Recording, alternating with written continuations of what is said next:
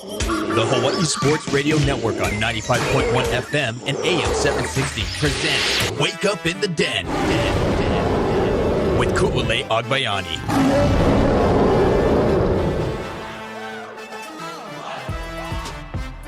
Good morning, beautiful people. It's Wake Up in the Den. I'm Brendyn Agbayani, right across of Mr. Paul Breckton. Thank you for tuning in and watching. Normally we only do a YouTube show on Monday, but because it is the final show of 2024, you know what? We're going to do a YouTube Tuesday just for this once, and maybe it'll help build up to potentially doing like our show live, like maybe more often on YouTube. We shall see. But we appreciate everyone that tunes in. 95.1 FM, AM 760, and HawaiiSportsRadio.com. You guys can text us at 808-888-KGU1. That's 808-888-5481. Want to say Happy New Year to anybody listening or watching across the globe, especially one of our regular YouTube watchers, Alex. So I hope he's full asleep.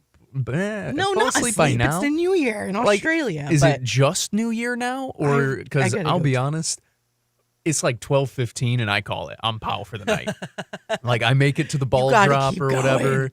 I'll make it to however it's New Year's in the best or in the place that I am.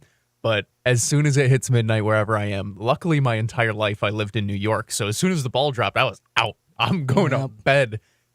This year I have to, or these last few years I've had to like go out to the bar or something. I almost said a particular bar. We're not sponsored though, so no free advertising. No, so we do that type of stuff. But yeah, guys, Grandpa Paul over here is not even like Uncle. Grandpa Papa Paul over here needs to go to bed.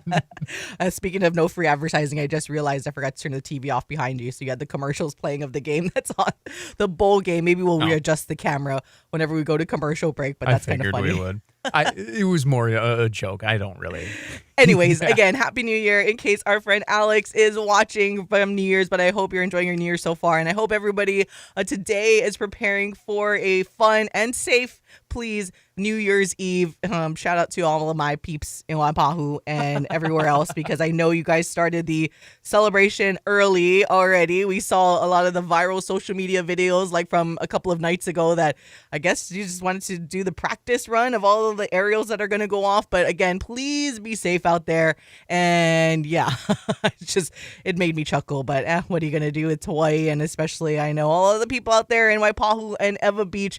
It's going to be a madhouse tonight. But a lot to get into today. Obviously, college football playoffs, as we do have the TV on that was behind Paul, if you guys are watching, between Michigan and Alabama. And Paul and I are both in agreement. We just want Alabama to lose really, really, really, really bad so we can just forget that they ever had a complaint about being left out. They are losing 16-0 so far against Michigan. But when that score holds up or they get annihilated even more, they're going to be like, well, with this bowl game, they'll make every excuse to make a reason why they lost. We'll hear the opt-outs. We'll hear these players didn't play because they're getting ready for the NFL draft. Yeah. It's not the same. It's a meaningless exhibition. I don't want to spend too much time on those guys because there's a lot more important games that are coming up, especially today, where we are all going to be Boise State fans today, I hope so.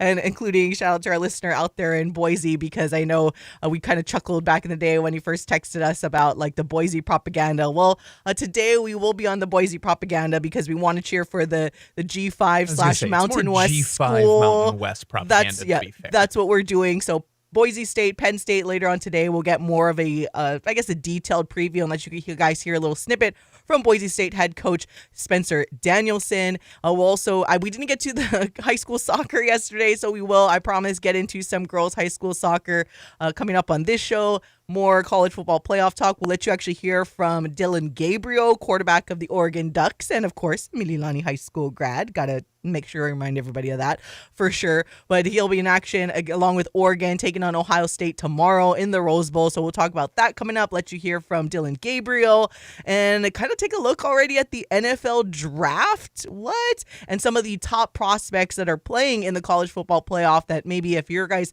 a team is somewhere over there, maybe picking high higher, picking a little lower, what players to kind of look out for. So a lot of that. But first, want to start off with some Rainbow Warrior volleyball. Shout out to everyone who attended last night at the Simplify Arena at Stan Sheriff Center exhibition match.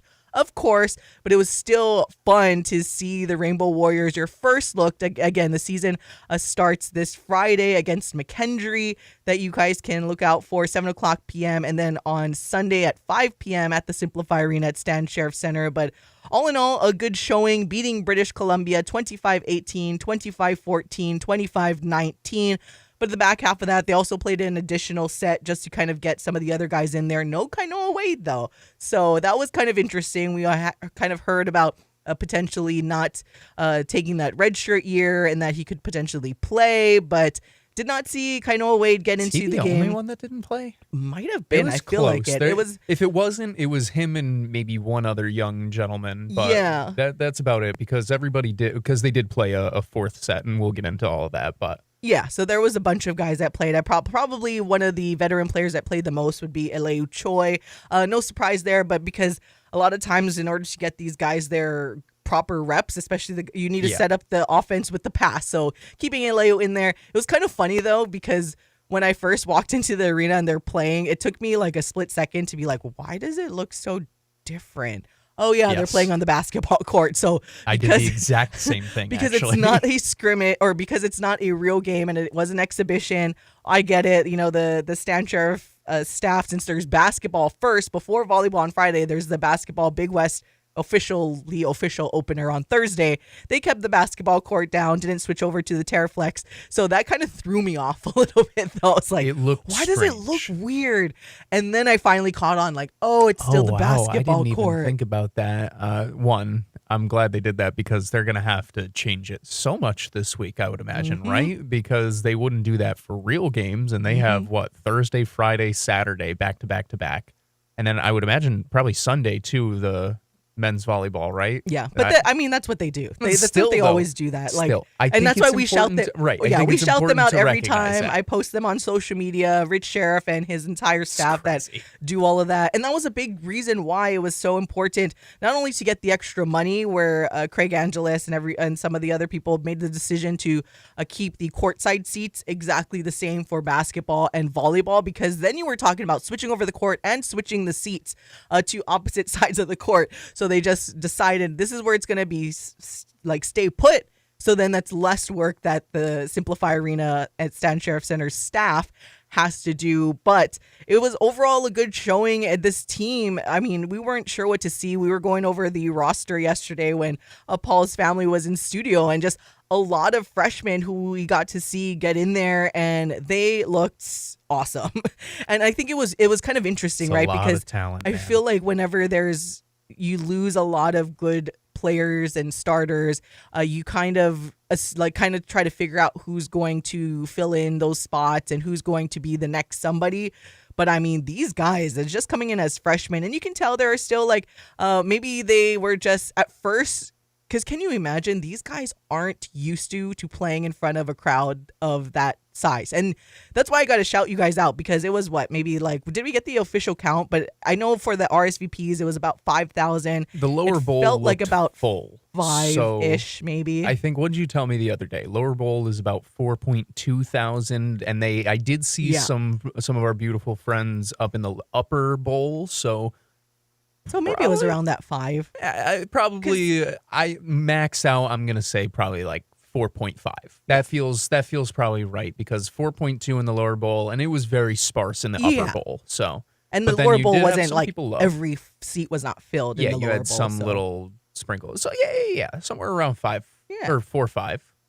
Yeah, that's a good. Listen, for an exhibition, I will say, I joked with my family. I'm like, I'm sorry, the crowd. It's an exhibition for the crowd too. We're still trying to get into it here because it was not as loud as booming a roof after each block, and we didn't have the clap at the end, and it was pretty good. But clearly everybody's saving their full energy for Friday when UH hosts the number 20 team in the country. What a start to your year. Yeah, I say that as if they're not the number 4 team in the Yeah, and that's why it'll be interesting to see what the starting lineup is on Friday, because you saw someone like Kurt Neuster obviously didn't play much, and it's you kind of chuckle at it because his percentage, he hit negative 200, which is kind of funny to say, but we knew he only like took like 5 swings and had 1 kill, and then he kind of sat the rest of the game, but still very much engaged. Again, it was nice to see some of the new guys get in. It was nice for just these, like I mentioned, these guys to even play, even though it wasn't as loud, just the sheer amount of people. These guys don't play. Loud. And they don't play in front of that type of crowd, right? A lot of these freshmen, even internationally,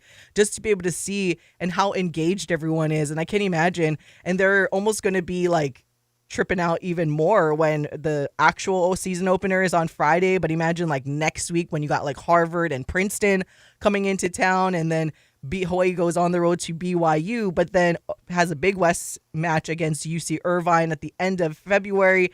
And then that Outrigger Volleyball Invitational is wild. We briefly mentioned it at the end of yesterday's show in terms of the preseason poll, the AVCA preseason poll. In the Outrigger Volleyball Invitational, March 13, 14, and 15, Hawaii plays Ball State, Penn State, and USC, all of which are ranked like pretty high in the AVCA.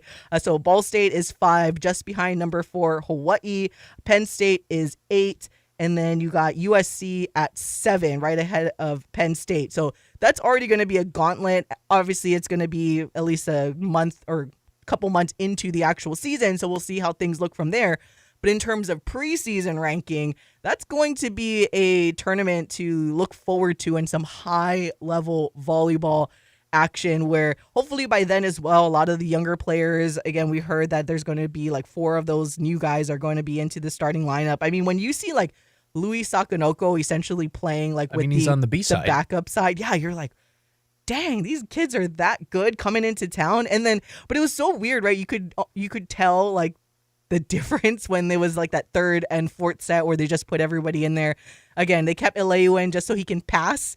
But other than that, like your top 2 tiers of the guys, like I can't imagine what practice is going to be like for men's volleyball. Like it's going to be pure competition. All of these guys vying for spots and playing time. And I think the only like lockup you have is like Tread.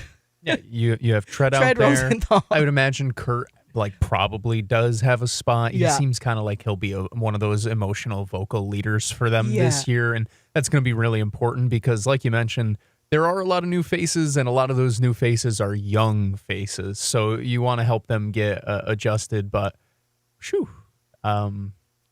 They're so much fun. And I said this a couple of times last night, where with the young guys, part of what excites me the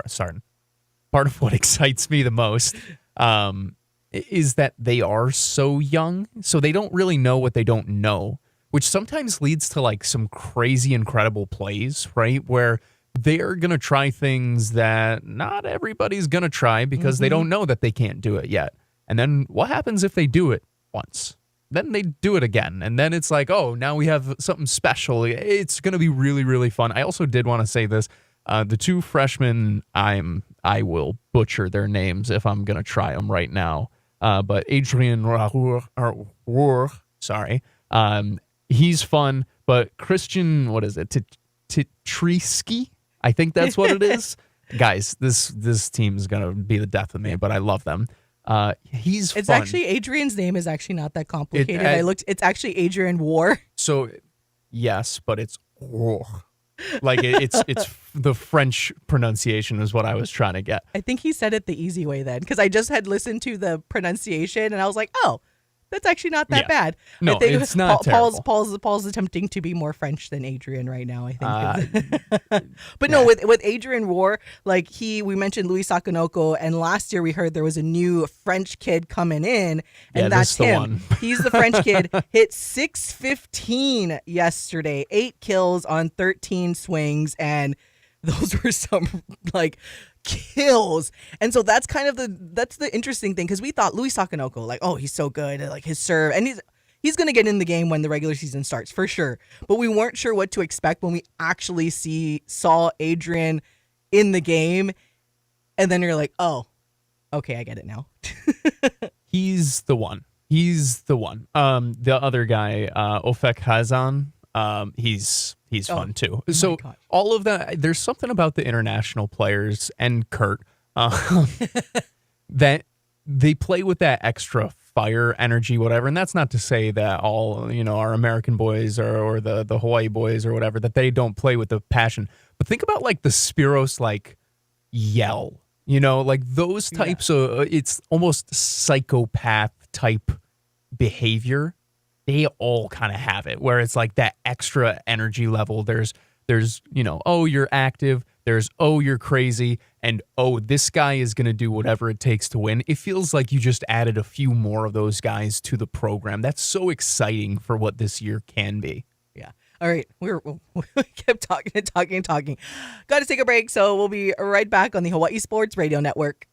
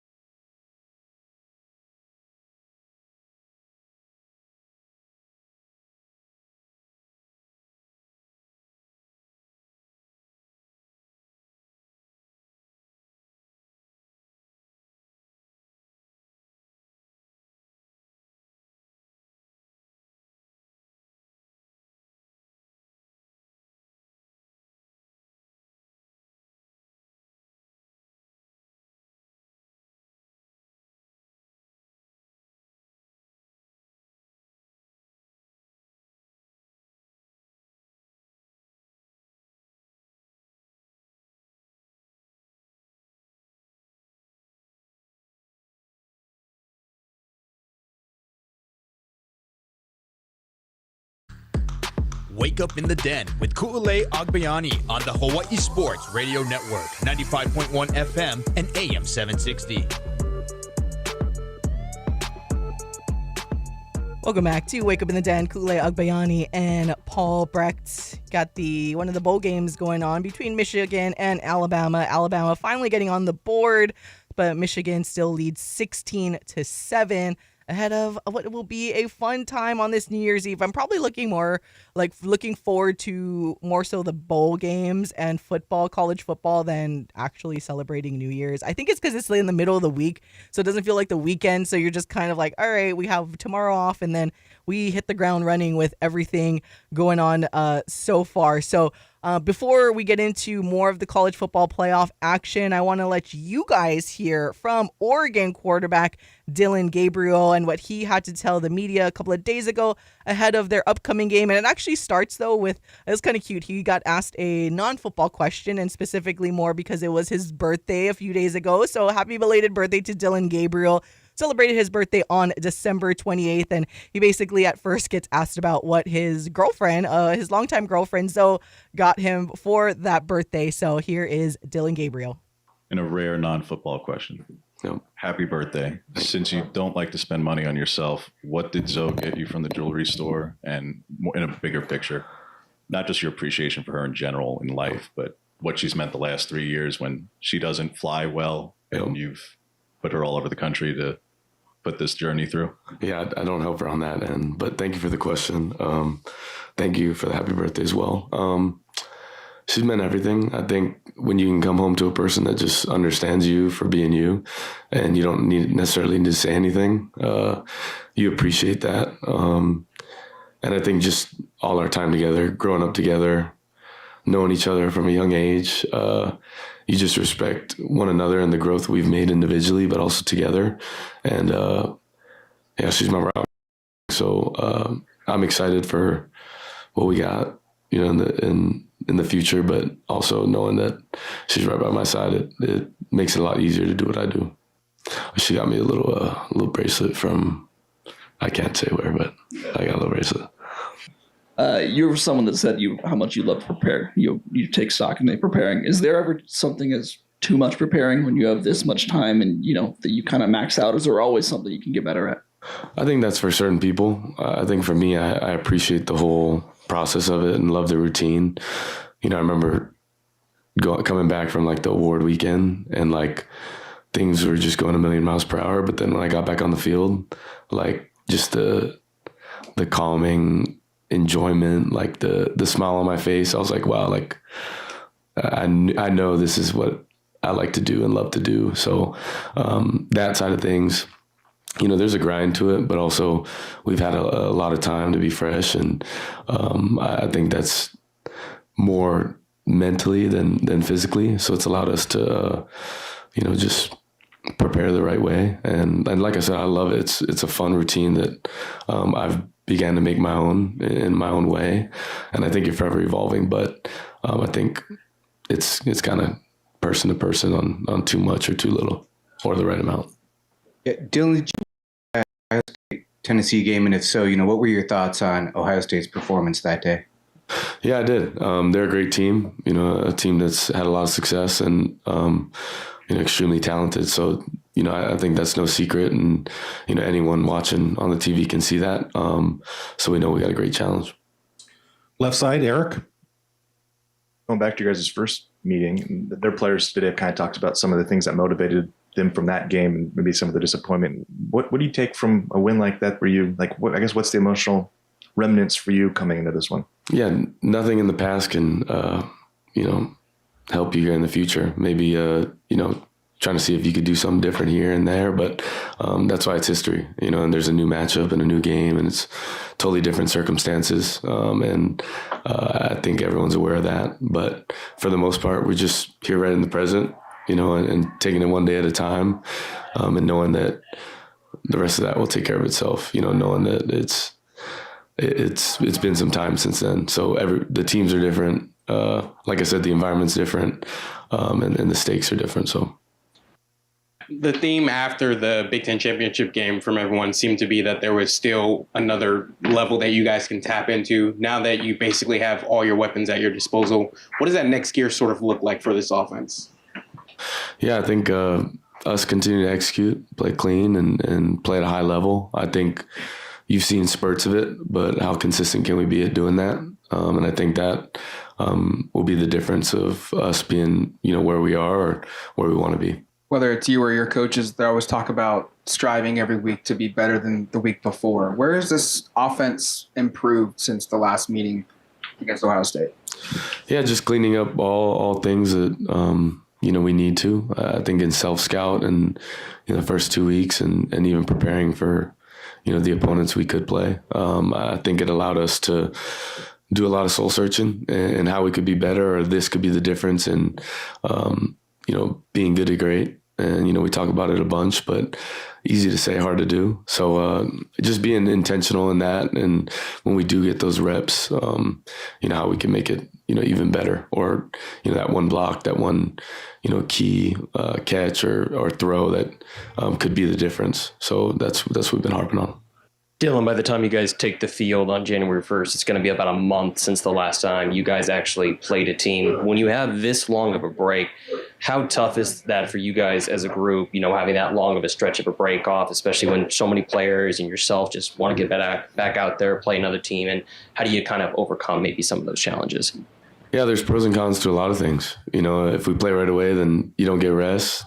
If you do, wait a little bit, you get rest, but then you don't play. So there's so many different situations. And like I said, I think Coach Lanning's had a great plan from the start of, staying in football shape and working the right way and, pushing our bodies, mentally and physically. But, for the most part, it's football, and the practice field can be your way of gaining an advantage if you practice the right way. So, we've been emphasizing that and harping on that, but for the most part, there's pros and cons to every situation, I'd say. Aloha, Dillon. This is going to be the first time Oregon has played in a college football playoff since someone that you look up to, Marcus Mariota, has been part of it. So for you personally, what does it mean for you to once have seen him play in this playoff to now, like you're in that same position as he was when you were watching him growing up? Yeah, unique, fun. Exactly why you play the game, to be in these moments and moments you dream of and want to be in. So It's something I've been preparing for my whole entire life, and I'm excited for it. But more importantly, we got a good group of guys who've played in a bunch of big games and big time moments that have achieved and also have been on the other side of it. So I think that's a great balance for us to learn and know that we got to prepare a certain way, but also knowing that, the opportunity at hand and what's at stake. I think that all kind of goes into what's to come. But for the most part, we're excited. The Rose Bowl is special, and I think everyone knows that around the country, and just us getting our opportunity to go play in it, we're excited for it. And that was Oregon quarterback Dillon Gabriel. That was a few days ago as they are preparing to play Ohio State for the second time this season, actually. But Ohio State in the quarterfinals of the college football playoff. That game will be tomorrow at noon on ESPN. And prior to that, you'll have Texas versus Arizona State. That's the early game at 8. And then the late afternoon game will be Notre Dame and Georgia at 3:45. But probably, like that game tomorrow on New Year's Day that matters the most to me is definitely that Ohio State-Oregon game. And then can't forget about today's game. Let's go, Boise. But before we get into the full kind of preview of not only the Ohio State-Oregon game and today's game, we'll just step aside for a quick break and come back and continue our conversation about the college football playoffs. So when we come back on the Hawai'i Sports Radio Network.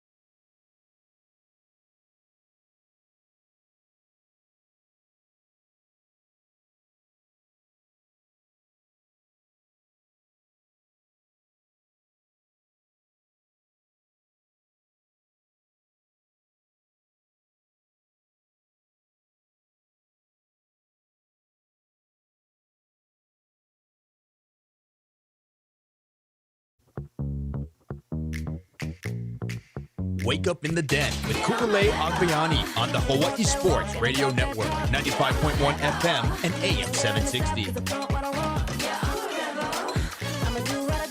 Welcome back to all of you, the beautifulest of all the beautiful people. It's Wake Up in the Den alongside Paul Brecht. I'm Brendyn Agbayani on this New Year's Eve final show of 2024. And the next time we talk to you guys, it'll be 2025. I can't believe it. It went by so incredibly fast. Probably to end the show at the tail end of the second hour when we are about to say aloha to you guys for 2024. We'll to maybe just get a look back at some of our favorite memories from this past year and maybe some of our goals that are coming up this coming year in 2025. But it just goes by a lot faster. My mom used to say it all the time before, like, oh yeah, after you pass 25 years old, the years just keep going faster and faster and faster. And she was right, because I feel like after 30, especially, it started going even faster. And I'm like, oh my goodness, 2025 is already here. But a lot of big things to look forward to, including going back to Vegas. I think that's the most thing I'm looking forward to, is going back to Vegas, hopefully with our friends at Circa Resort and Casino for the University of Hawaii football game against UNLV.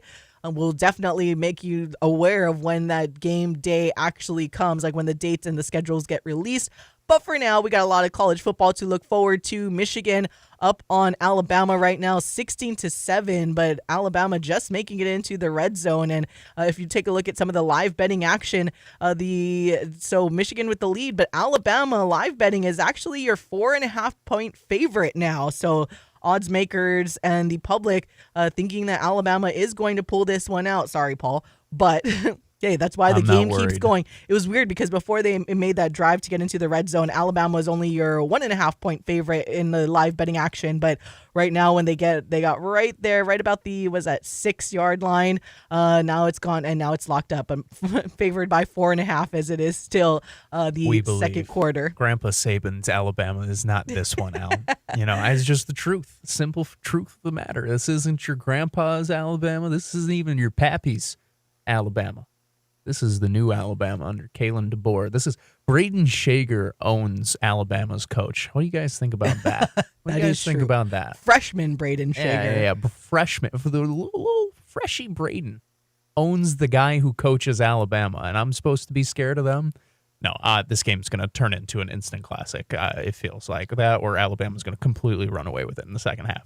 That's the only way Michigan wins. It's an instant classic. That's the way that it feels like now. But you know what? If it's going to start off kind of like with an exciting game, I'm looking forward to it this New Year's Eve. For a good day. But probably this is what I like about the college football playoff is that now it feels like more bowl games matter. So it's nice to have going into some of these games again today and tomorrow that they significantly matter in these quarterfinals. But today you got one of those quarterfinals between Penn State and Boise State, 2:30 p.m. that you guys can look forward to, and that's definitely on my calendar. Watch on ESPN. Now, Boise State is the 10.5-point underdog.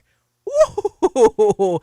Nobody's really looking out for. Actually, excuse me. They opened at 10.5, and clearly a lot of people going with the side of Penn State because Boise State at the moment now 11-point underdog and 11.5 in some places. So no one is counting on the Broncos to even come close to Penn State in this game. Now Penn State coming off of that loss to Oregon, but also They've been a phenomenal team. I know part of the knock on Penn State is they haven't been able to really beat anybody of significance throughout the seasons and throughout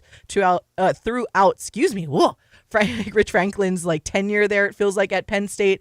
And Boise State, they're going to play with the chip on their shoulder, right? They are the G5 representative, even though they only lost to Oregon ever so slightly. Everyone's going to count them out, but Ashton Jainty and just the coaching of Spencer Danielson right now, I don't think they're getting enough credit where credit is due, and they're almost emphasizing the bias of the bigger conferences. Now, Penn State is a solid quality team. Don't get me wrong. I do think it's going to be a tough one for Boise State to be able to beat Penn State, especially this is when we'll kind of see how much of having that significant time off matters. That's probably what I'm looking forward to the most when it comes to these quarterfinal games. Will that long time off affect any of these teams that had the bye? But for now, we are going to cheer for Boise State. I'm genuinely excited for this game for a lot of the reasons that you mentioned. Jainty himself says he hasn't felt this fresh since the Georgia Southern game. He went for 6 touchdowns in that game. I don't think he's going to go against the Penn State defense and go for 6 touchdowns. That might be what Boise State needs. Mm-hmm. But, crazier things have happened.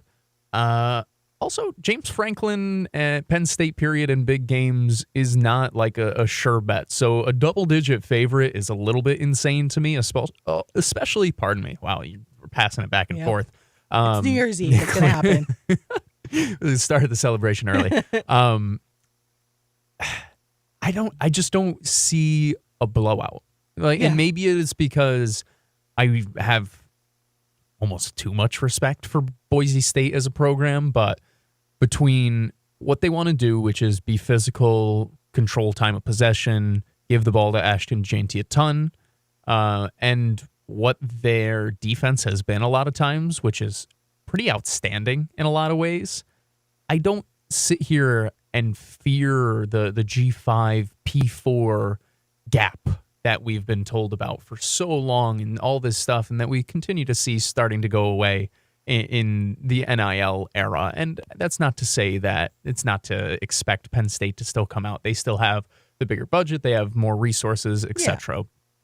But I genuinely do think Boise State is going to make this as hard as it gets for Penn State if they want to continue on. I don't sit here and think of Boise State as an 11.5 point underdog. I sit here, and if I do consider them an underdog, it's because I just, the passing of Drew Aller versus, Maddox Madsen, who I do like. I think he's a good quarterback. He takes care of the ball well, but he's not somebody who necessarily I feel like wins you games. He keeps you from losing them, which is also a really good trait to have in a quarterback, by the way. I think Aller is a better quarterback. So that typically is where I look to when it comes to making a final choice. But that feels like one that's going to be a slug it out, fist fight all the way until the end. Boise State is not your average G5 school, and I think too many college football fans are going into this game expecting to see, even what just happened to SMU, right? I don't expect that.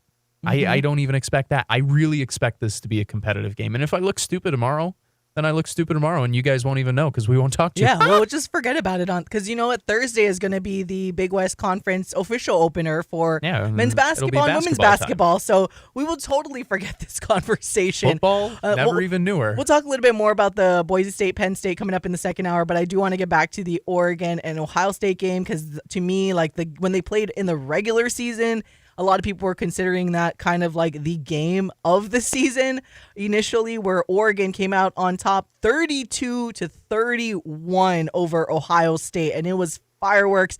Obviously, Oregon finishing off their regular season undefeated on top of the Big Ten standings and the Big Ten champs after beating Penn State 45-37.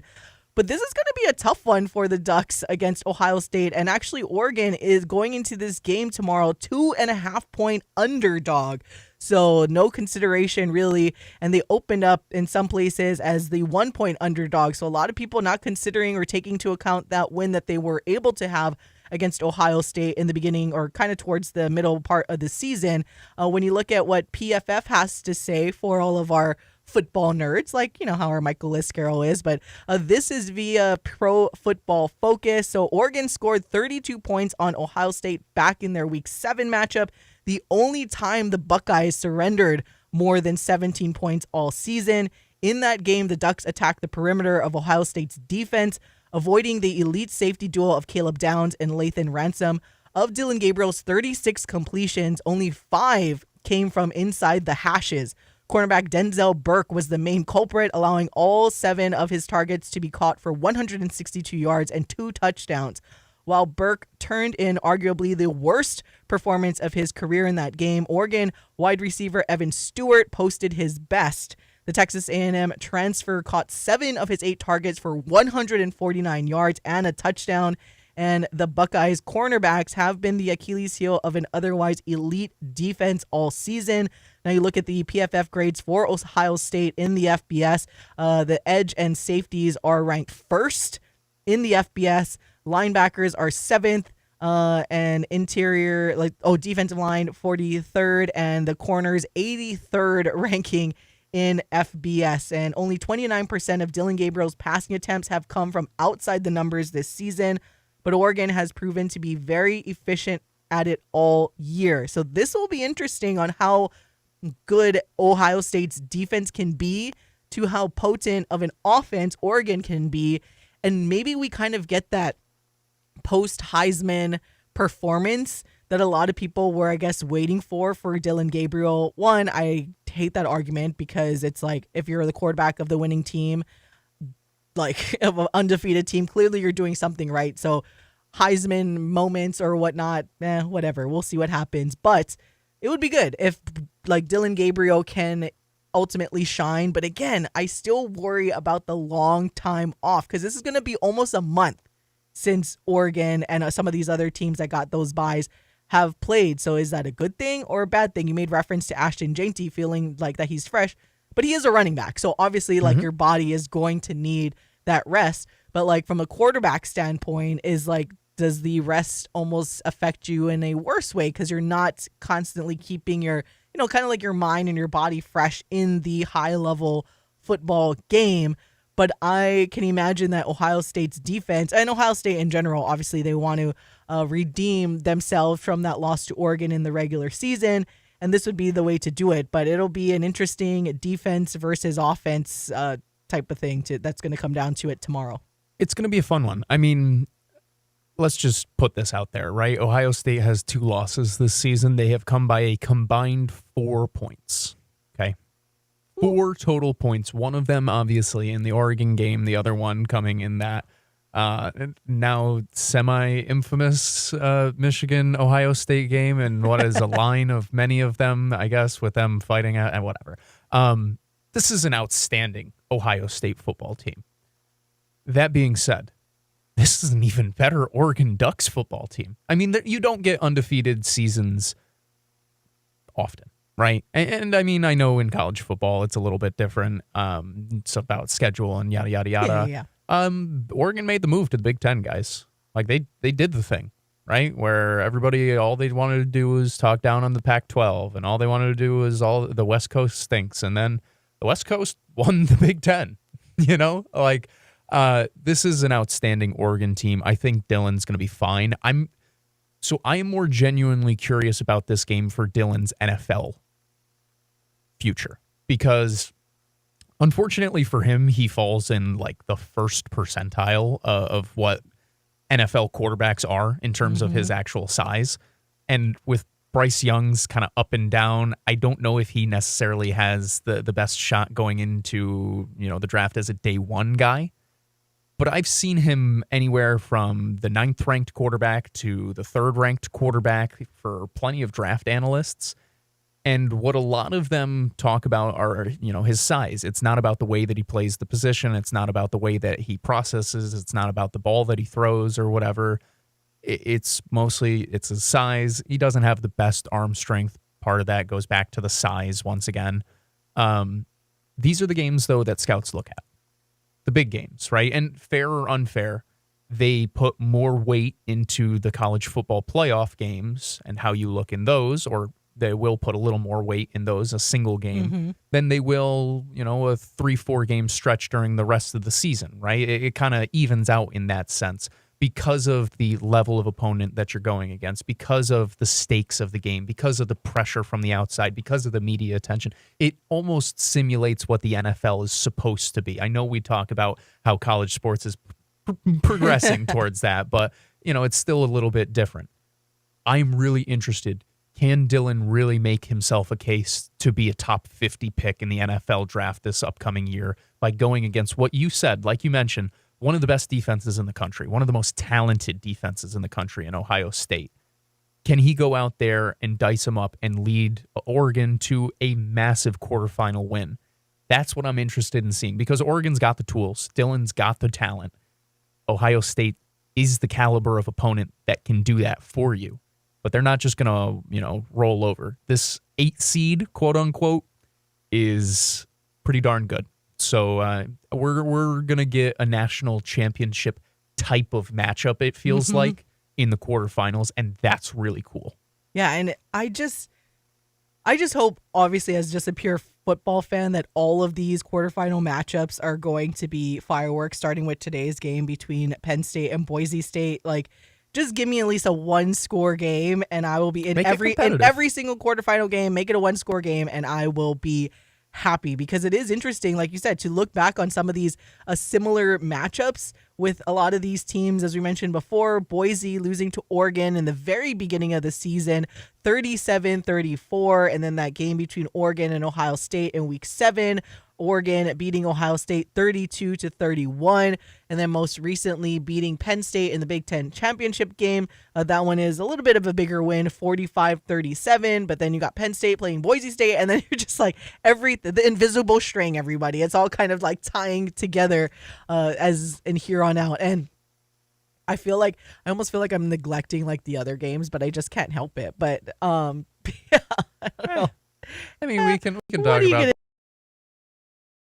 ones that I think interest our beautiful people the most. Yeah, and I think the Texas game will still be interesting just because it's Texas. We talked about it before that I think as a brand, as a college football brand, it was important for them to make it to at least the quarterfinals. I haven't seen much of Arizona State, so it'll be interesting. Texas, though, we thought Boise State was a big underdog. Arizona State, 12.5-point underdog to Texas. So that's another one that's significant. We'll see how that one goes. And that Notre Dame Georgia game, Georgia currently the 1-point favorite over Notre Dame. Again, they don't have Carson Beck. He is out for the remainder of the playoffs, pretty much, or essentially done for the season. So that is probably had Carson Beck been playing, we probably could have seen a bigger spread, but this will actually, I feel like this will be like the sneaky good game just because Georgia, we talked about this before, they're not the Georgia that they have been, especially when they won those national championships recently. And then you don't have the starting quarterback from your season. And then you have a Notre Dame game that lost to Northern Illinois in the beginning of the season, but then has kind of been able to bounce back as the season has gone on. And I think they're very well coached as well. So this might be one of those games that I don't really know which way it could go, but it could be like sneaky good. And like I said, the football lover in me would be extremely excited about that just because it would be like the final game of the quarterfinal round of this college football playoff. And then it would just get us like more excited for the semifinals, however it ends up. But that game at 3:45 tomorrow on ESPN between Notre Dame and Georgia. Do you think Jaden Mayava would have been starting this game had he actually transferred to Georgia? Oh, I totally forgot about that. So I just started thinking about that because did he play I think he was the quarterback for USC in their most recent game. Which they made the swap at the starter position. I think like the final two or three games of the regular season. He had started to make his way in and whatnot because Miller Moss is in the transfer portal and whatnot.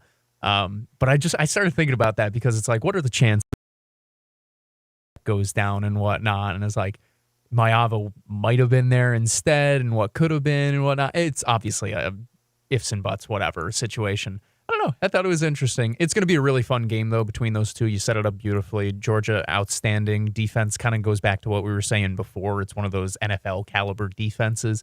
On the other side, for Notre Dame, like you said, since that NIU game kind of has just become a buzzsaw for everybody else. So curious to see when those two sides meet, what ends up happening. I tend to lean Georgia just because I think defense is pretty darn good, and I think that Kirby Smart's been here a few times before, and Marcus Freeman, he's still learning the ropes of the elite side of college football. All right, gonna take a quick break. When we come back, we'll close out hour number one now, I promise, with girls high school soccer. Woo! When we come back on the Hawai'i Sports Radio Network.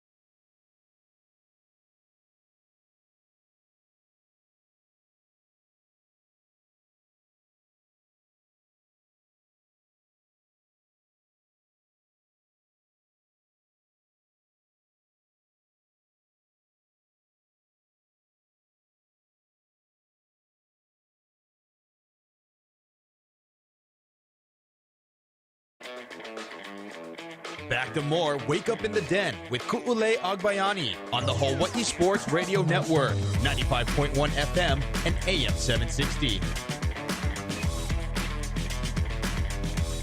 Welcome back to Wake Up in the Den. Brendyn Agbayani and Paul Brecht. All right, going to close out hour number 1 now with some girls high school soccer. It's already started in action and a lot of games being played, but our Michael Esquero was able to go to the Mililani Campbell game the other day. So I wanted to make sure, I was like, oh yeah, we got to go through everything and make sure we close out this new year. Now, since then, Mililani has played one more game. As I pull up their schedule, it didn't want to work with me at first, so bear with me, beautiful technology, people. Man. I know, it's good until the internet starts to slow down and doesn't want to work with you. We're leaving slow internet in 2024. There we go. All right, so Mililani, Michael Esquero was at the Mililani Campbell game, in which Mililani redeemed their loss in the Hawai'i championship game from last year, beating Campbell 3-0, and they are actually under a new head coach, so undefeated so far in league play with just a couple of games to go against Aiea and against Kapolei. Now, they were supposed to play Radford, but Radford did have to forfeit yesterday, so Mililani remaining undefeated, but Michael had a chance to catch up with new girls soccer head coach Brendyn Agbayani. That name sounds kind of familiar. I know that last name. This is what Coach Brendyn had to tell our Michael Esquero following their win over the weekend against Campbell. All right, Coach, I know this was a big game coming into it. You guys got Paul Shaggers just for this game, but this team played Campbell in the Hawai'i Championship, lost in the shootout, so how fired up were they to come out and execute well? Well, they had something to prove, all week. We just emphasized team defense, our best defense, our best offense. And the girls really wanted it. They remembered last year. Our philosophy is everybody touches the ball and everybody fights for each other. And, that we just play all the way to the whistle end. But I'm so proud of them. Mm-hmm. You guys got an important goal in the first half. I think the first 20 minutes to at least get a 1-0 lead. But in the second half, I think you guys got your first pair of corner kicks in the match, but you guys catch in the first 2. Talk about that. Well, the thing that what the girls know is our philosophy is kind of like a boxer. We'll jab, jab, jab, and then when we see the opportunity, we'll try to go for the opportunity they did, and they did a hell of a job on the set plays, and they were ready for it. And those are the things that you want to see, because that's another important phase of the soccer game. And they had the will, to make sure that they had those opportunities, and they turned it on in the second half. Mm-hmm. They put more pressure, they waited for their moments, and they just was relentless tonight.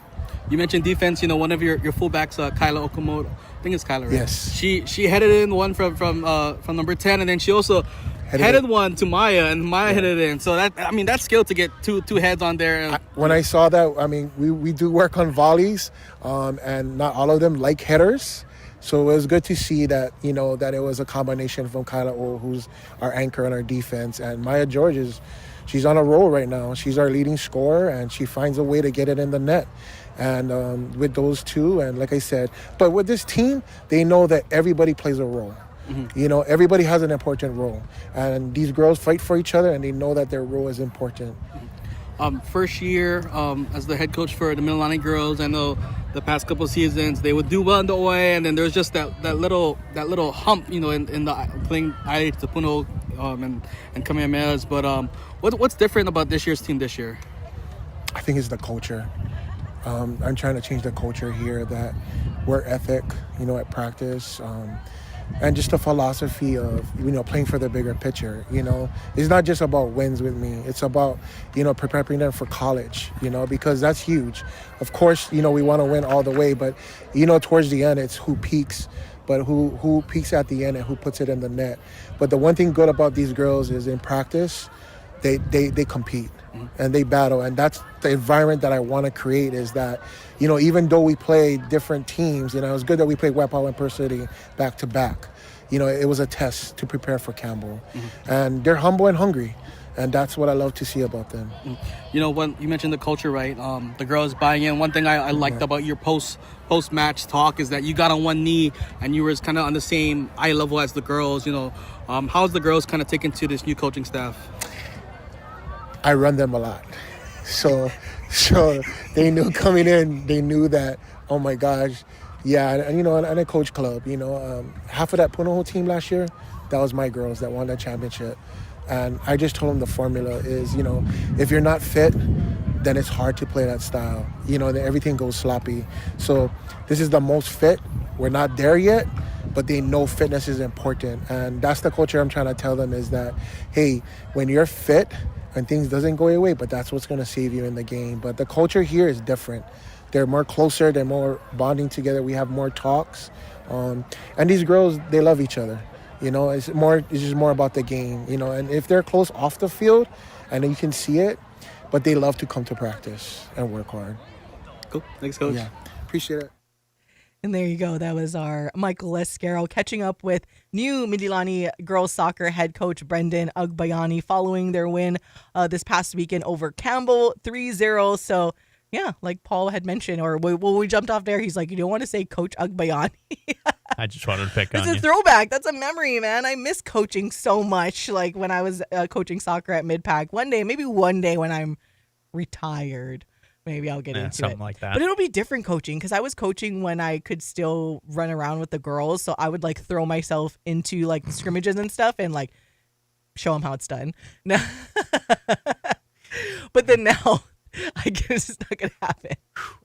Shout out my dad, because my dad, even when he shouldn't and couldn't do that, he still would, and that's why he's in a lot of pain now. But I'm sure it made for a lot of fun memories. So again, looking at the quick scoring live OIA girls standings, Midilani at the top of the OIA Division 1 West, again undefeated, followed by Waipahu at 7-1 in league play. Then you got Campbell 6-2-1, Kapolei 5-2-1, Lelehua at 5-3, and Pearl City 4-2-2. And looking over at the OIA D1 East side, Moanalua at the top at 6-1, and then Castle 5-1-1, Kaiser 5-0-1, Kalahale 5-2. Kalani 3-3, and Kahuku at 3-4. And don't worry, we're not forgetting about our D2 friends. Kailua at the top of the D2 East at 3-4, followed by Roosevelt, McKinley, and Farrington. And then on the west side for Division 2, you got Waialua at the top at 3-5, followed by Radford, Aiea, Waianae, and Nanakuli. Now, maybe we'll throw in a soccer match. I don't know. We'll see. Paul and I will challenge ourselves and maybe do some play-by-play for soccer. But anyways, got to take a break. We'll be right back for hour number 2 on the Hawai'i Sports Radio Network.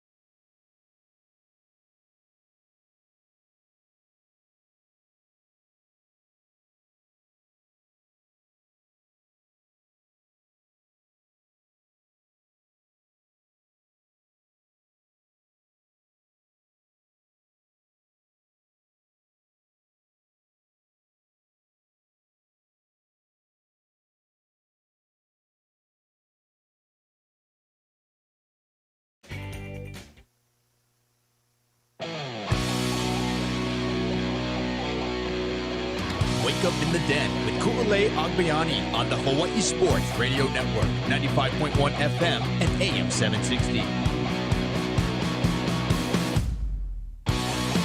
Welcome back to Wake Up in the Den, hour number 2. I'm Ku'ulei Agbayani alongside Paul Brecht on this New Year's Eve in Hawaii. Happy New Year to everyone, the millions listening and watching around the world that are celebrating New Year's. We kind of mentioned it earlier. Usually we have our regular watcher on our YouTube channel, but I'm sure he's not watching right now as he's busy celebrating New Year's. So shout out Alex that usually tunes in from Australia, but I'm sure they're having a good old time as Australia did celebrate their New Year's about 6 hours ago. I'm trying to look at this world clock. So coming up more recently. So maybe Alex will join us for hour 2.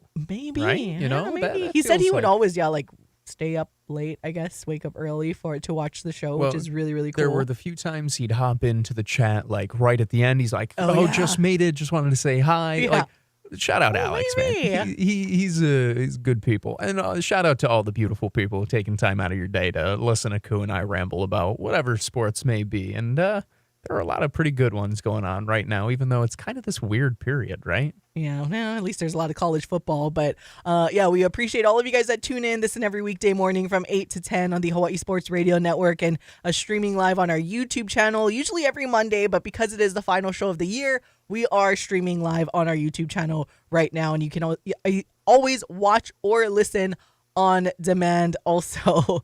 Woo, had to get through that. To close out hour number 1, though, we were talking about some high school girls soccer, and I had no idea. I gotta get back into this game, but I had no idea Waipahu. Shout out Waipahu is doing so well with being the 7-1 overall. Their only loss coming in from the team ahead of them in Division 1, and that was to Mililani. It was a 3-0 loss to Mililani. So I mean, shout out to Brent Murakami, who's the head coach over there, and I think he's the assistant athletics director also. So he actually played at Mililani. He's a class ahead of me. And I was telling Paul this story is that class ahead of me, the boys side, if anybody remembers during that time, they went on a run. They don't know what it was like to lose the state championship, basically. They won ever since that must be nice. Brent, who is now AKA Coach Brent, was a freshman. They won it all the way through. So yeah, it must be nice. On the girls side, when I was playing, they had won, I think, right before I came to high school, and then after that, it was always second, including when I played, and we made it to the state championship and lost to Punahou, of course. I'm just glad in you a made shootout. the playoffs. At least we lost in a shootout too, so to a very solid Punahou team. But yeah, I just wanted to kind of emphasize my, shout out 94 block in Waipahu and the turnaround, because it was one of those games my friends were all playing for Waipahu back when I was playing at Mililani, and then you almost feel bad because it would just be a very, big win for Mililani. It was they only lost 3-0 to Mililani. Back when we were playing, it was 13 or 15-0. Oh, trust me. I've been there, Ku. I have been on that side. I've been on that side when I played at Shopnot. A whole soccer career. And yet I still love this stupid sport so much. It's always cool when programs are able to kind of kick it into gear against the top tier ones as well. I like to see it goes back to the college football conversation, right? Where the resources might be a little bit different for some of these different schools, but eventually, the competition comes together or it can come together for any given day, night, game, match, doubleheader, whatever we want to call it. Yeah. So I thought it was important to give Waipahu their flowers, because even that was part of why you guys know I'm from Waipahu, born and raised, but went to Mililani, because part of it was Waipahu at the time was just not that good of a school. They didn't have a good soccer program, all of that stuff. But now they have come so far. So shout out to the Marauders and everything that is being done at that school. Just high level education now, and their sports are always thriving.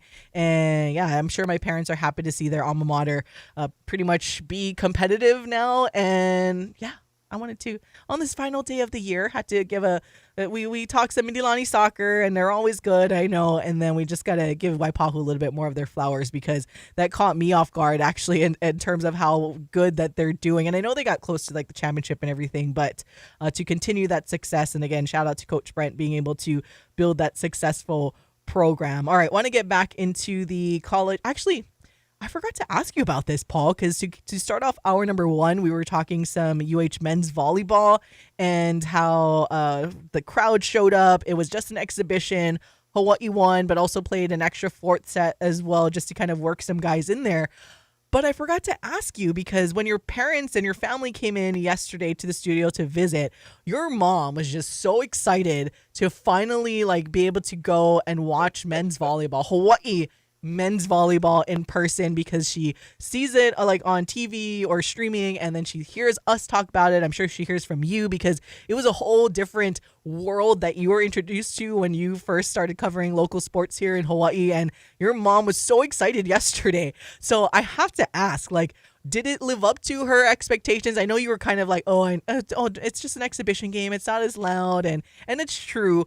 But the crowd was still there for an exhibition match, and I'm just curious to know what her thoughts and just your family's thoughts on seeing high-level men's volleyball, Hawaii, again, men's volleyball, because it's only here in Hawaii that it's like that, and the atmosphere is going to be the way that it is. Yeah, my mom was really, really excited to go yesterday. She had been talking about it a lot. She told me how she had seen it on one of the broadcasts randomly because she tunes in late at night over on the East Coast. Likes Hawaiian athletics, and 2, because she likes to try and spot me out in the little media area there. No, she loved it. So my mom played volleyball. She's a big volleyball fan in general.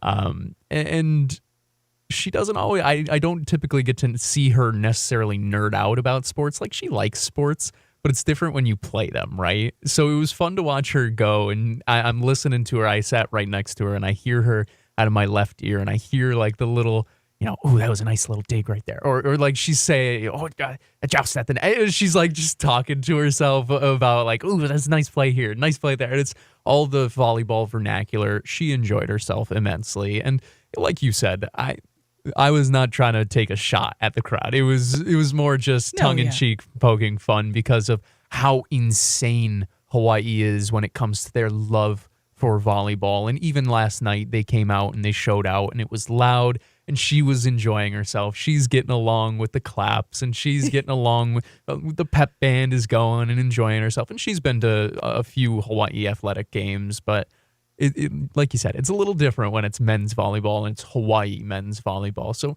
I think she got what she was looking for. I can't necessarily speak for the rest of the family. They seemed to enjoy it, but I didn't speak to them specifically.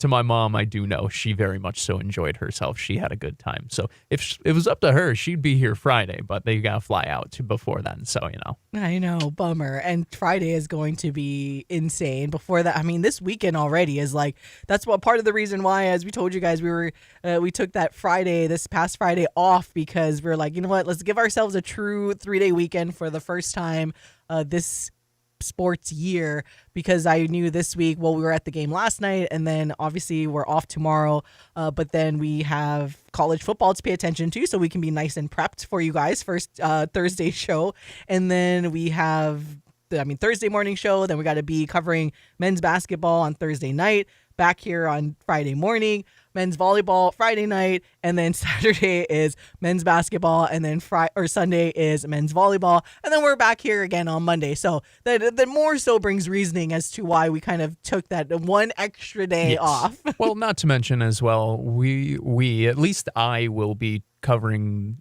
UH women's basketball as well on those days as much as I possibly can, and of course, our friends over at HPU will start back up. We've got plenty starting in the new year, so we had to take those days. It's important, work-life balance. I always tell Ku, work-life balance. It is me. I am the one that tries to remind that she's just a workaholic, guys.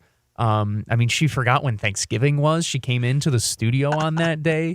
She was going to come in on Christmas, but I told her, I'm like, Ku, just go to the basketball game. It's fine. And, here we are. Here, by the way, before we actually get back to some other sports, show everyone this shirt. I love it so much because this fun fact, this was a gift from one of Morgan's Well, you got to stand up a little bit so you can't see it in the video. I can do that. For everyone that's listening, obviously, it is a picture of a really fat cat. Very fat. And it says rolling fatties. And it has the hands that looks like it's rolling the fat cat. Oh, and it's so for funny. I mean, this is Hawaii. You guys have heard the term before, rolling fatties, so that's why it's kind of funny. Yeah. No, this wasn't even like a gift. It was a gift for me, but it was like a gift for both Morgan and I from one of Morgan's coworkers. Him and his girlfriend are like nice. That we're like friends with them and whatnot.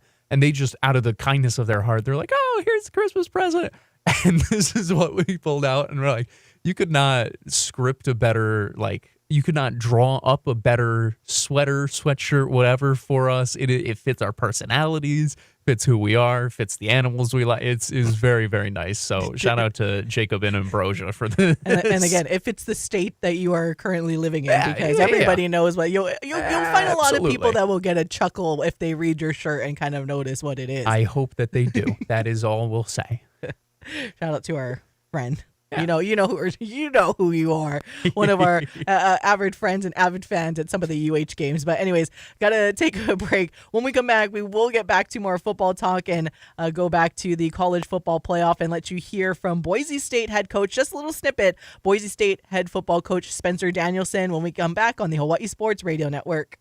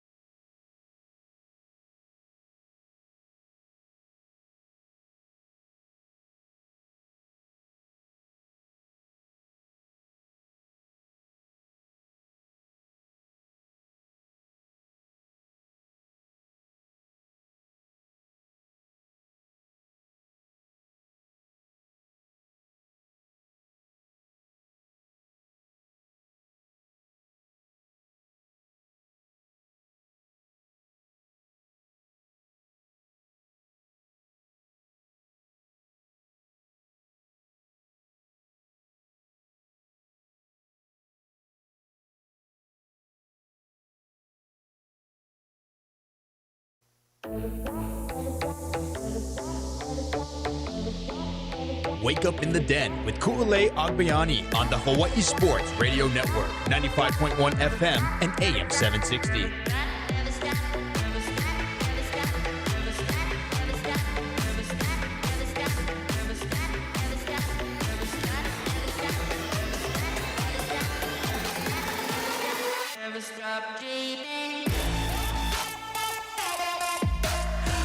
Welcome back to Wake Up in the Den. Ku'ulei Agbayani and Paul Recht. At least the camera is on, because usually when we do that, we're always like, "Oh, I wish you guys could see it," but it is, so you can watch it on our YouTube. But like our little what it looks like behind the scenes as we're coming back from break with some of these songs that we bop to dance. No, it's not really it's a all dance. the same. Waiting for the beat to drop and the emotions and everything like that. Anyways, college football playoffs are about to get started today between Boise State and Penn State. And a shout out to our texter, our regular texter that likes to text in from Vegas. He's one of my favorites. Texting us in HNY. So happy New Year to you too. Wish I was in Las Vegas again to celebrate New Year's. I've done it one time. So I have celebrated New Year's in Vegas. I think it's like a one-time only thing just because it's so expensive to go there. But it was fun. It was cold. It's pretty neat because they closed down like the strip, so you can just walk like down the strip and watch the fireworks and everything that almost every major hotel has. But he texted in Boise money line, guys. Boise money line and the over is what his play is today.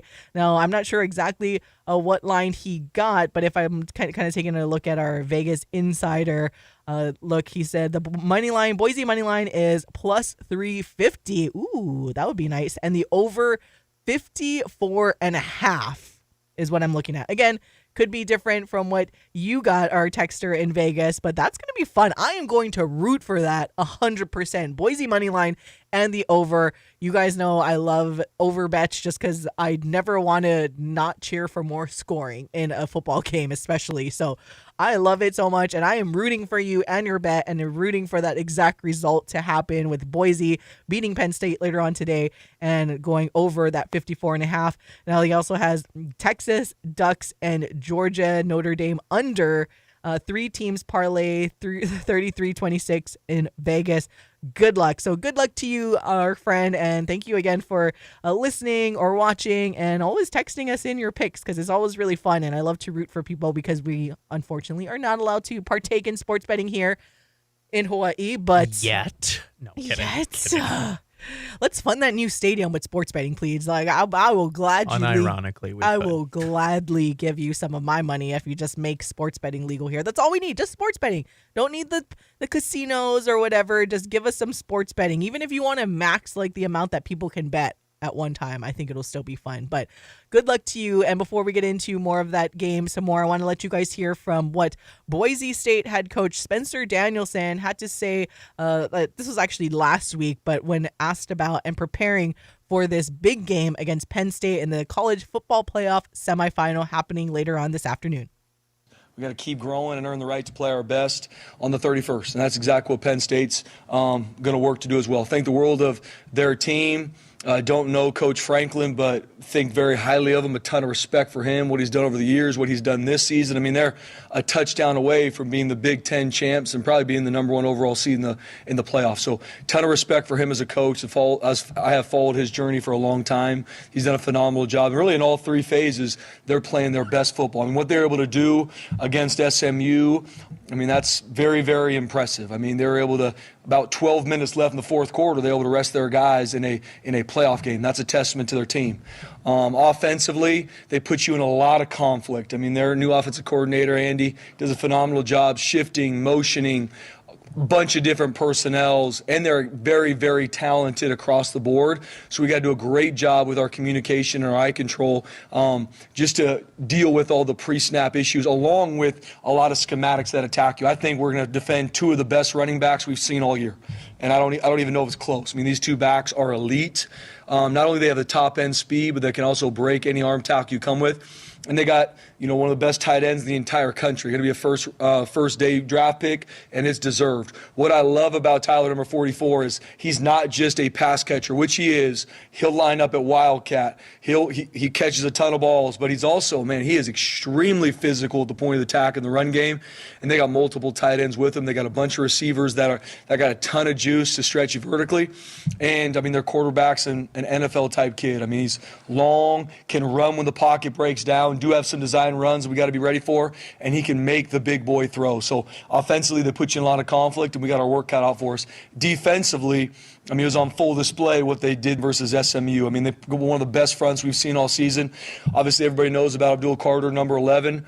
An elite edge rusher. And talk about a young man that's relentless to the football on both sides, number 33 as well. Relentless to get to the quarterback.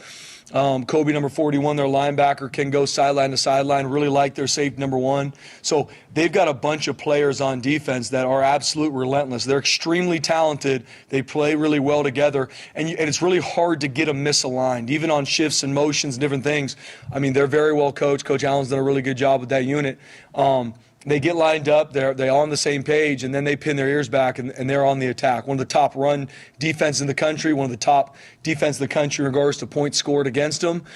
So we got our work cut out for us on that end. And then special teams-wise, they've done a really good job. They got elite returners, punt return and kickoff return, and they're going to obviously be aggressive. Phenomenal call by Coach Franklin versus Minnesota on the fake punt that went for 50 to essentially ice the game. And they're going to be on the attack special teams-wise, and they're extremely physical on special teams too. Number 0, one of their defensive players does a phenomenal job in all 3 units. We got to know where he is at all times, and they play their best players on special teams. So we got our work cut out for us. It's a phenomenal opponent that we're going to meet down in Arizona, and we're excited to go put the ball down. There you go. Boise State head football coach Spencer Danielson, and that was last week, looking ahead to their big game this afternoon against Penn State, in which we are very much looking forward to. Again, that game today at 2:30 p.m., and you can watch it on ESPN.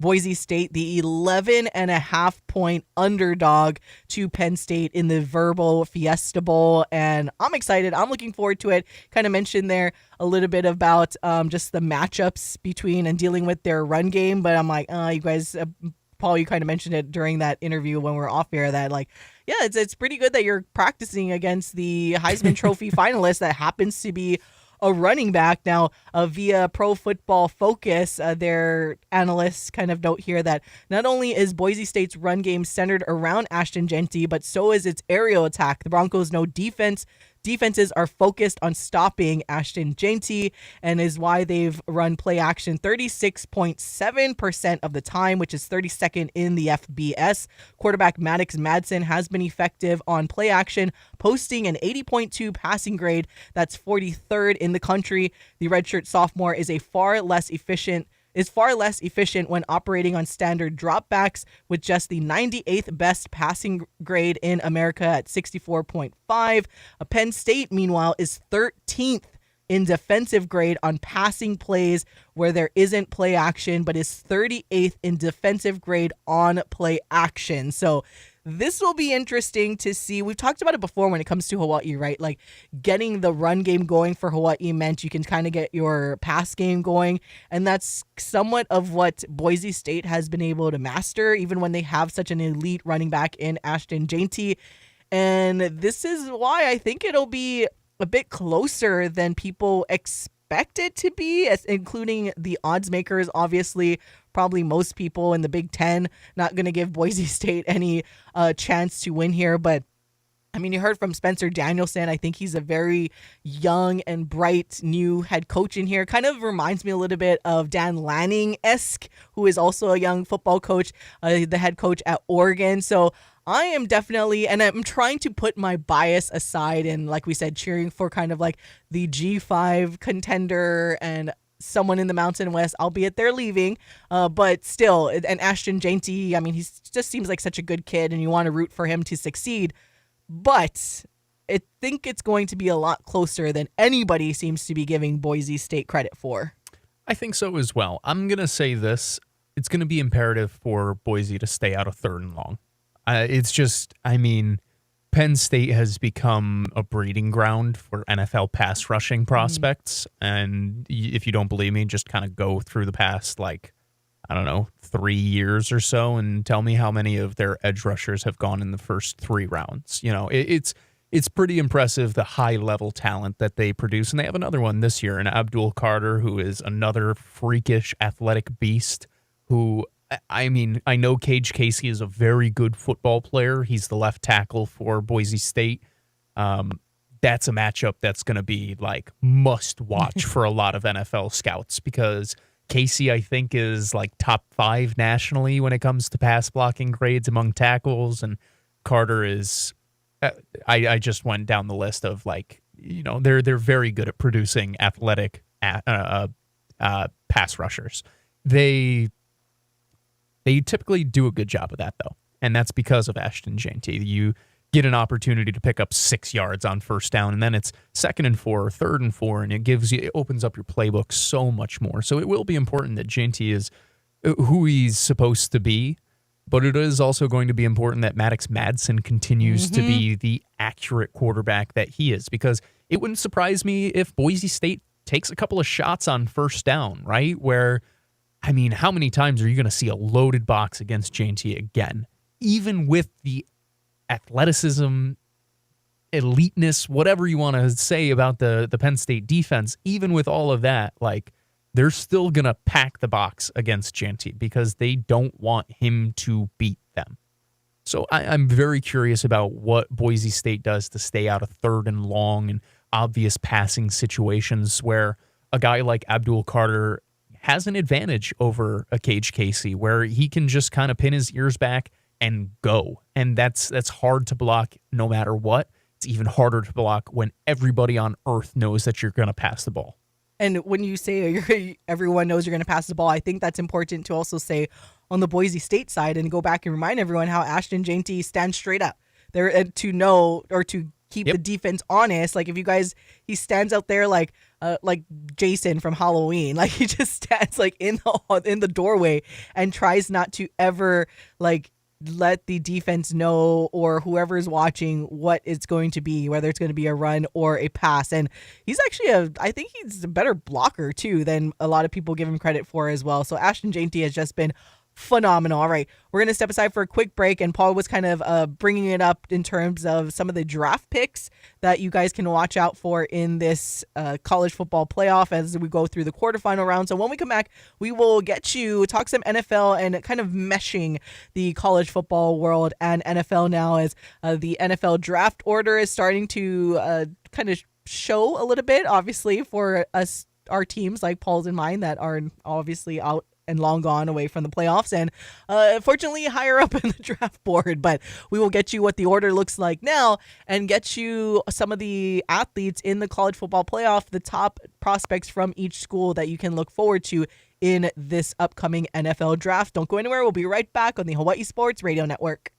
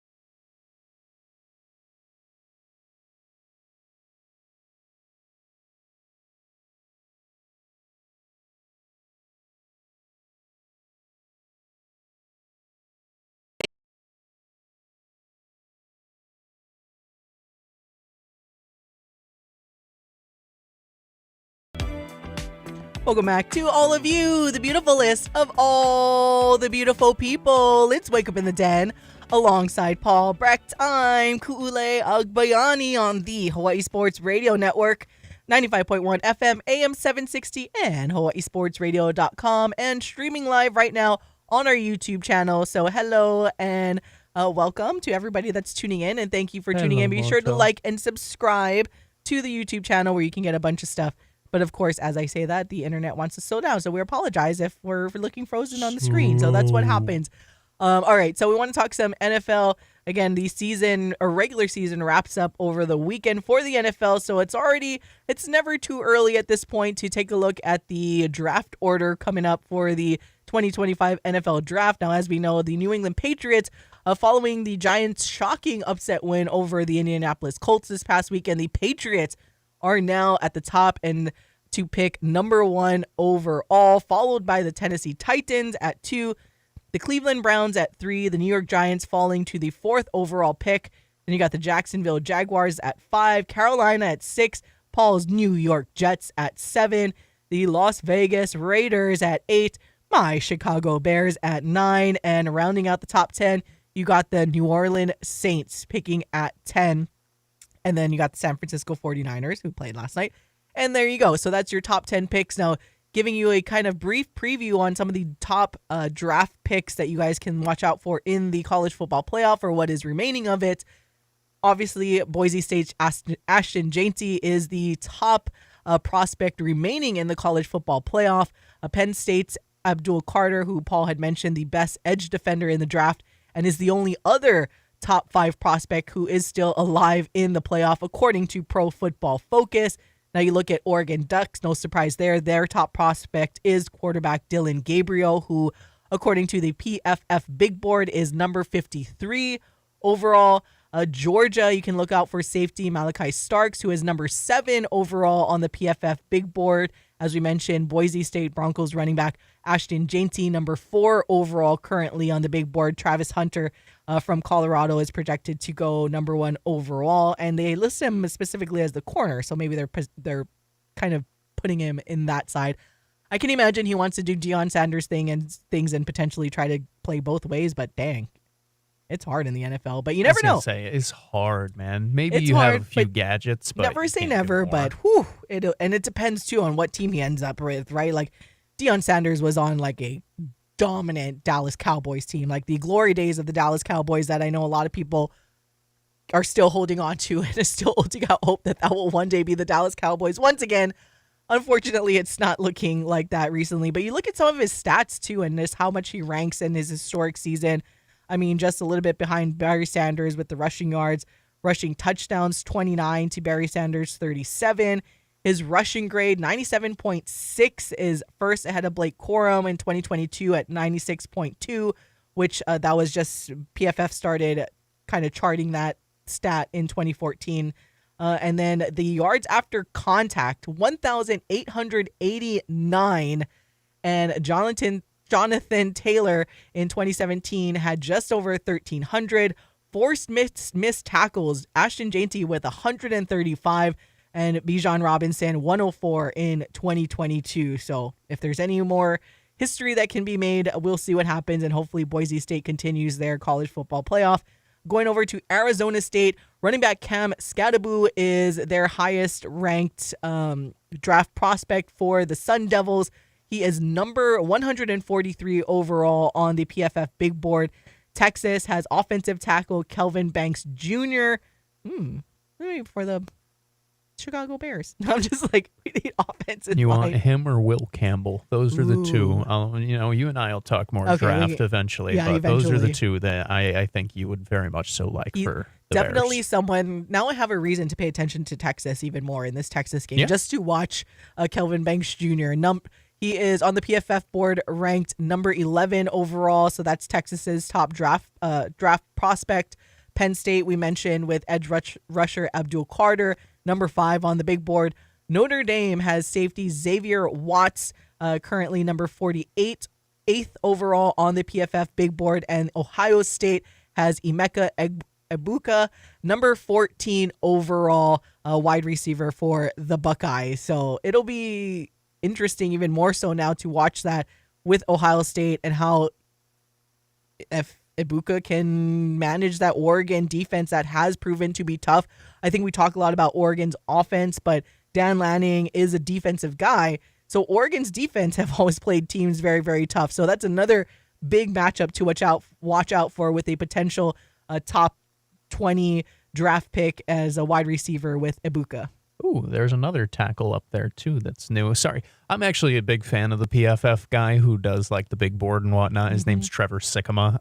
For Hawai'i fans who really love Dillon Gabriel, you'll love Trevor because he has, I think, Dillon as QB4 right now, which is among the higher placements. And really the biggest takeaway that he had of him was if he was just bigger, he would be probably one of the top quarterback prospects this year. He just really likes the way that he plays the game.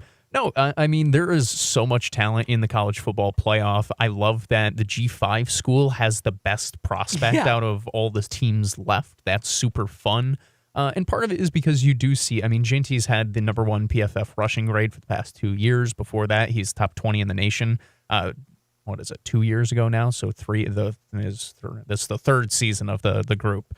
The first of them was 20th in the nation. You know, like he is a monster. You look at it, there's a bunch of talent within the offensive line. I know that excites a lot of NFL fans. I got the big board up over here where it's like I'm just enjoying myself. This game behind us, The Michigan-Alabama game, certainly another one that a lot of NFL scouts will have their eyes on. Not quite like the CFB, but, it'll be close, But yeah, Ku, I really think you would like Will Campbell or Kelvin Banks. Like, I really, those two are movers when it comes to the offensive line. And it's part of the reason, and Banks Jr. is part of the reason why Texas has been so dominant this year. I mean, it's like they dominate in the trenches as well. They also have a ton of talent, but think about how much that helps things when you're able to dominate in the trenches. There is a lot of fun prospects. This Josh Simmons, though, this tackle for Ohio State, he's a new one for me, at least in terms of being ranked up this high. I didn't think he would be here. I thought he was a little more end of day one. So this is interesting. I'm going to have to do a little more reading on him. Emeka Egbuka.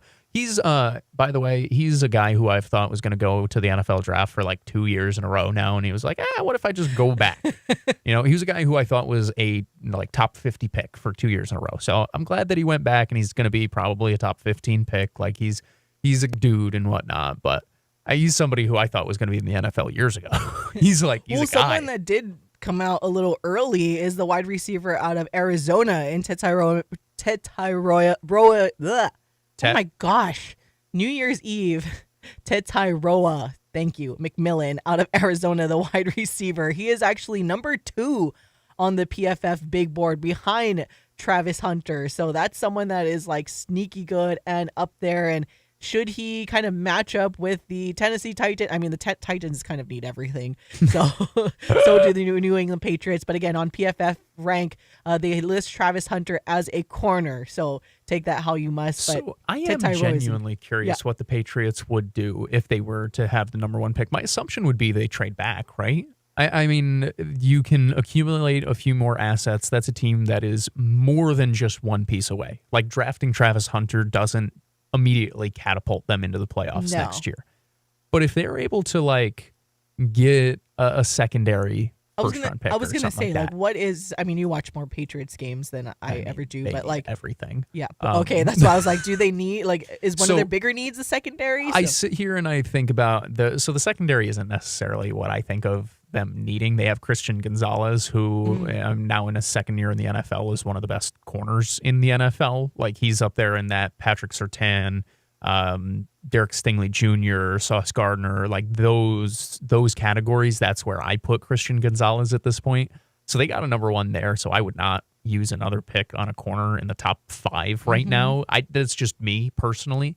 If you have plans to play Travis Hunter on both sides of the ball, you absolutely take him 10 times out of 10 because the playmaking ability of what he brings you, both as an offensive player, but as a defensive player too. Because how many times do we talk about, the reason he plays corner is because he can't catch the ball. The reason they play defense because they don't have good hands. Travis Hunter plays both.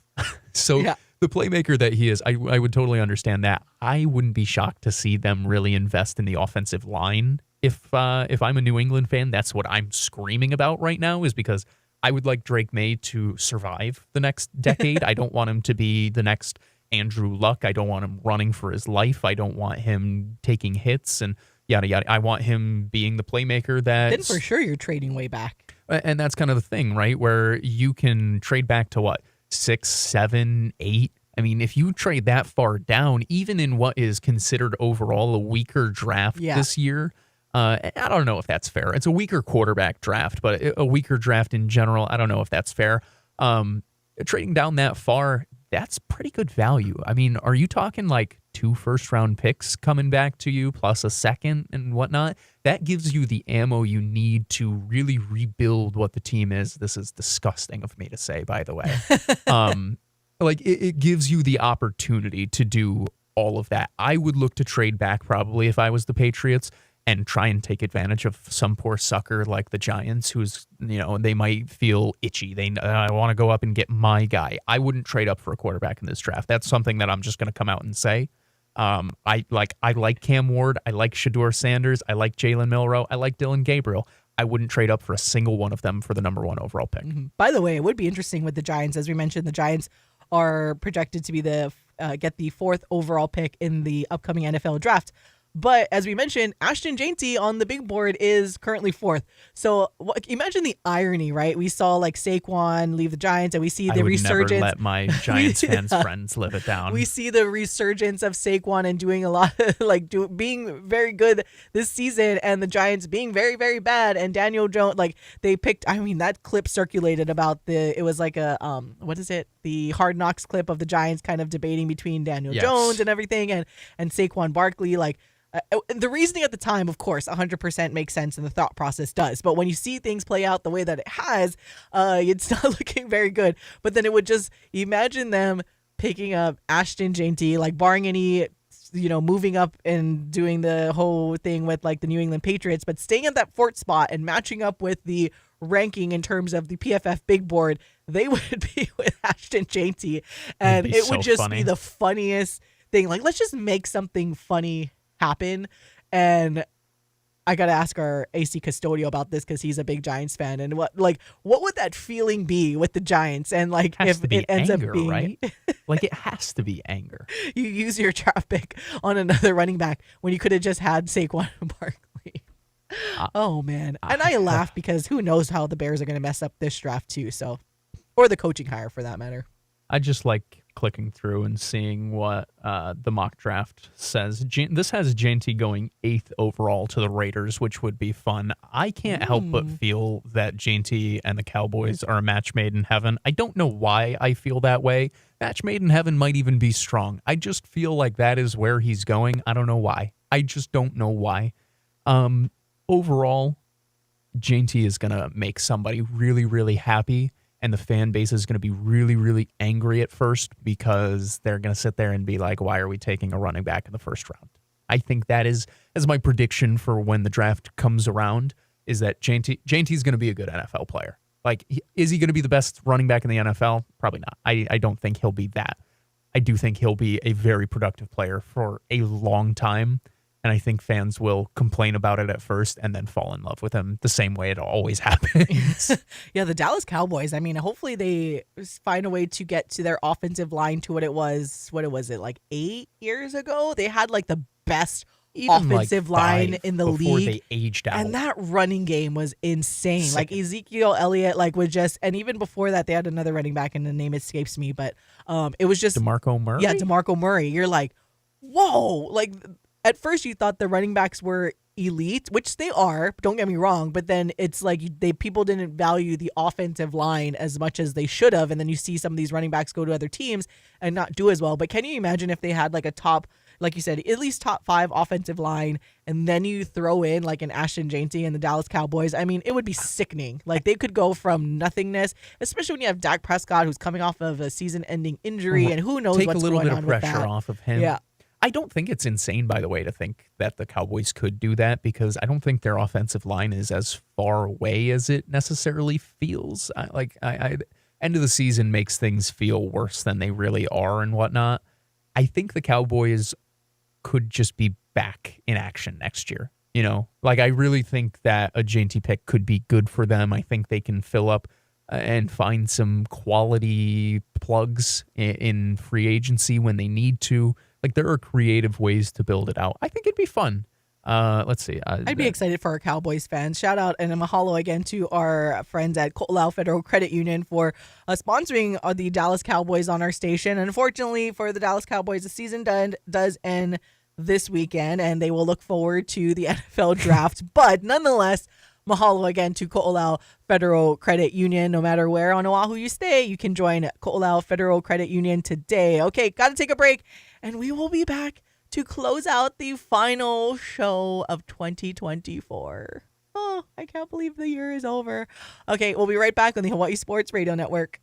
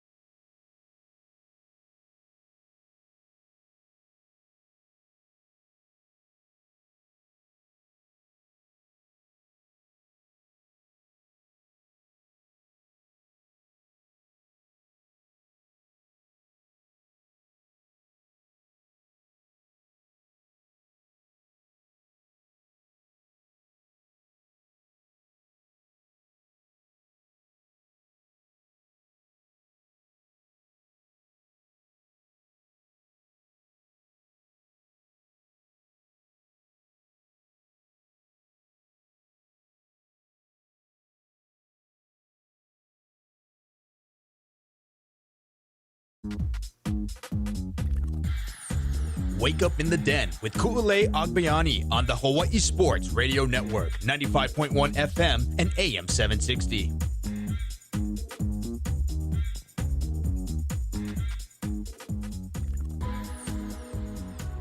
Welcome back to Wake Up in the Den. Ku'ulei Agbayani and Paul Brecht for the final time in 2024. And as we mentioned, no show tomorrow, but we will be back on Thursday morning. We'll see you guys next year. We'll see you next You'll year. hear from us next year. Oh my gosh.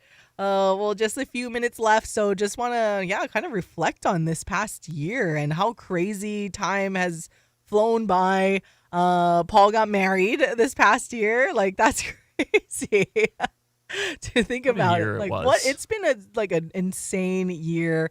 I know our Michael Escaro, I'll give him a shout out because he pretty much joined our team essentially full time with this year, especially during the football season. And I know we like to joke that this has been his redshirt year, and he's kind of like figuring out the groove, figuring out how to get into this juggle that it felt like a long time. It was just Paul and I, how we were juggling everything. So it's like trying to throw Michael in there too, so we can the third ball work synergistically together with our really, really small team, which we'll start ticking up all the work again. Next week, we will have our first Hawai'i girls basketball broadcast, and I guess first Hawai'i broadcast of the new year. And then from then, I think with this month, we didn't have too many this past or in December, but I think next month when I counted it, I think we'll have I think it's 8 or 9 local play-by-play broadcast. So we're just piling it all on there on top of all of the stuff we cover. So it's been a fun one. And then next year, 2025, in the spring, we'll have girls flag football. So that's really cool to look forward to. But no, this past year has been awesome. And again, this was one of the YouTube stream. That's why I thought, we'll do it for the final day of the year, because this was one of the things that we started in the ending of the summer to try to test things out. It was funny because I remember we were all sitting in here trying to test out the live stream. It was not going good, and it was so spotty. And then we had to learn a little bit more on the University of YouTube and figure out how to make it be okay. And now it has been, and now it seems like it's been pretty seamless going live on YouTube, and you guys have been watching on demand as well. And that was probably one of the major projects-ish that we endured, and now it just seems so easy. And Paul and I kind of reflect on it all the time, where last year when we first ever started to put the videos on YouTube, it was forever. So janky compared to this. So long to put it together, because we would do post-production, and then by the time our videographer, because she was taking so long to get it up on YouTube, the content was old, because you guys know it's sports, so things just the news cycle was just moving and moving and moving in sports, and it's just it was a whole thing. So I'm glad that we have a chance to actually do this stuff live and make the videos more often for you guys, and it's just kind of fun to look back on everything now.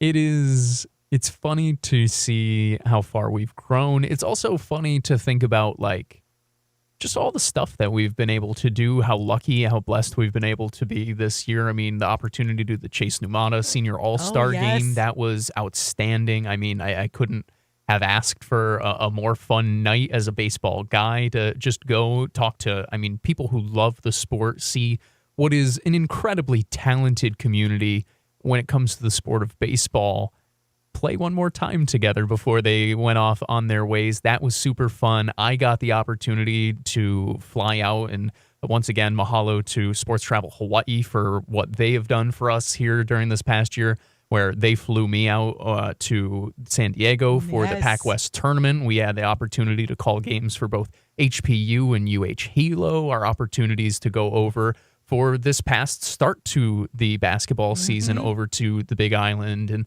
take in that weekend. We have been incredibly lucky and blessed to do some really fun stuff through work and, of course, through play, like you mentioned. I had the opportunity to get married this year, go on a honeymoon, make a ton of memories. We had the Clippers come back, me and my twin, Carlo. Shout out to Carlo. Make sure you're tuning in to Clippers broadcasts here on Hawai'i Sports Radio Network as well.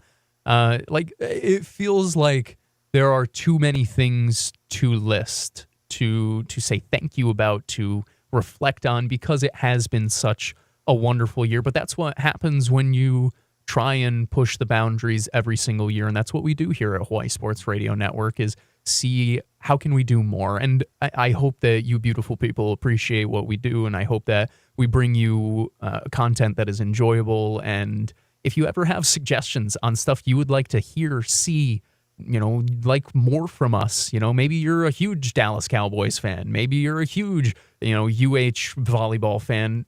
Let us know more. Tell us, we would love to see more of this content on the YouTube. Text it in, tweet at us, Zete at us, whatever it is. I don't know. I'm going to continue calling it Twitter into 2025. Yeah. But let us know. Keep interacting with us. We love to interact with you guys. This is a community that we've made together. And man, are we so blessed to enjoy the crazy world of sports together. I feel like Thursday is going to get even crazier as we will have the return of more basketball propaganda with the men's and women's Much Big West season is finally here, and we were kicking off Big West season. But just real quick, Paul, what are your plans actually for this evening? I don't want to tell. No, kidding. I will be going out to happy hour with my family, both sides of it. That'll be super fun. I actually think we're going to meet up with a few friends, including perhaps a particular assistant coach on an HPU staff, maybe even two of them. Oh. So that'll be fun. It'll be a good night.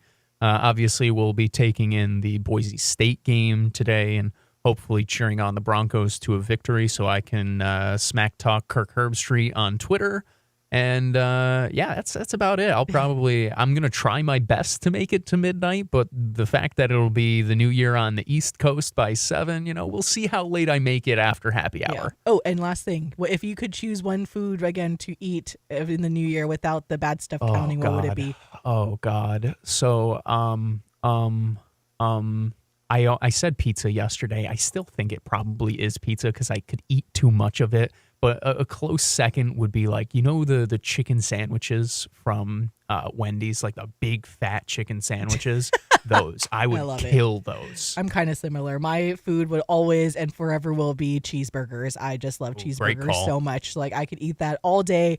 Every day, put it in front of me, I will eat a cheeseburger. But again, yes, we appreciate you guys for tuning in this entire year. No show tomorrow, but we will be back on Thursday and hope you guys enjoy some football. Stay safe tonight, please. Don't drive if you don't have to, and be safe with your fireworks. We will talk to you next year. For Paul Brecht, I'm Ku'ule Agbayani. Mahalo for listening. Bye. Home of the Dallas Cowboys, KG.